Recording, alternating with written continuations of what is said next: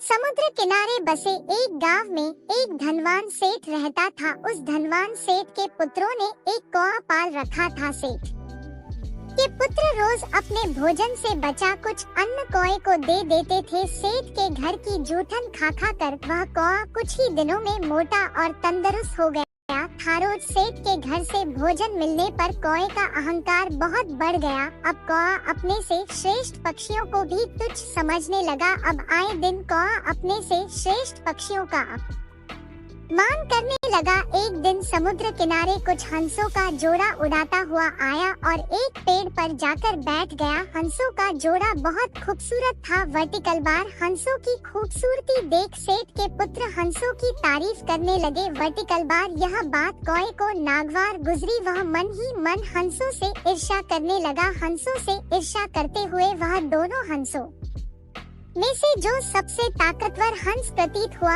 उसके पास गया। हंसों के पास जाकर कौआ हंस से बोला, तुम केवल खूबसूरती में मुझसे अच्छे हो सकते हो, लेकिन ताकत में मैं तुमसे ज्यादा ताकतवर हूँ। मैं तुम्हारे साथ उड़ने की प्रतियोगिता करना चाहता हूँ। हंसों ने कौए को समझाया कि वह उनके साथ प्रतियोगिता नहीं कर सकता, क्योंकि वह आसमान में बहुत दूर दूर तक उड़ते हैं। उनके साथ प्रतियोगिता करने से उसे कोई लाभ नहीं है। वह उनके साथ प्रतियोगिता करके अपनी जान जोखिम में न डाले। हंस की बात सुनकर कौआ गर्व से बोला, मैंने उड़ने की कई सारी कलाएं सीखी है। पनी सीखी प्रत्येक कला से मैं लगभग 100 योजन ताल उड़न भर सकता हूँ। तुम मेरी नहीं, अपनी चिंता करो। क्या तुम मेरी बराबरी कर पाओगे? हंस कौए की बात सुनकर मुस्कुराया और बोला, मित्र, हो सकता है कि तुम उड़ने की कई सारी कलाएं जानते होंगे, लेकिन मैं तो सिर्फ एक कला जानता हूँ जिससे सभी पक्षी उड़ते हैं। मैं उसी कला से उड़ान भरूंगा। हंस की बात सुनकर कौए का अभिमान और बढ़ गया।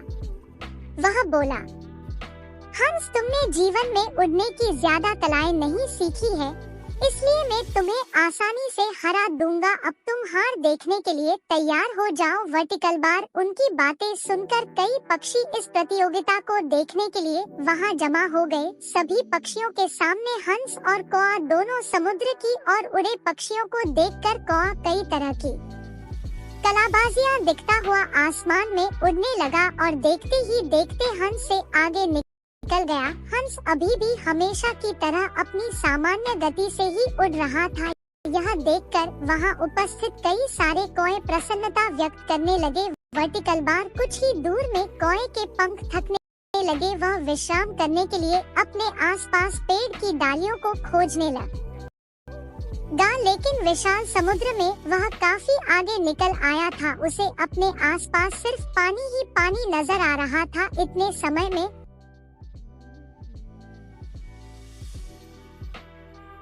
हंस उड़ता हुआ कौए से आगे निकल गया। कौए की गति काफी धीमी हो गई थी। ताकन के कारण अब उसके पंखों ने भी जवाब देना शुरू कर दिया था। अब कौआ पानी के सबसे करीब उड़ने लगा। कौए के पैर अब पानी में उबने लगे थे। कौए को डूबता देख हंस कौए के करीब आया और बोला, मित्र, तुम्हारे पैर और पंख बार बार पानी में डूब रहे हैं। यह तुम्हारी कौन सी कला है? हंस की बात सुनकर कौआ बड़ी ही ग्लानि के साथ बोला, मित्र, मुझे माफ कर दो। हम कौए सिर्फ काम करना जानते हैं। हम भला इतनी ऊंची उड़न कैसे भर सकते हैं? मुझे अपनी गलती का एहसास हो गया है। हे मित्र, मुझ पर दया करो, मैं डूबने वाला हूँ। कृपा कर मेरे प्राण बचा लो। जल में डूबते हुए अचेत कौए को देखकर हंस को दया आ गई। उसने कौए को अपने पैरों में पकड़कर समुद्र किनारे छोड़ दिया।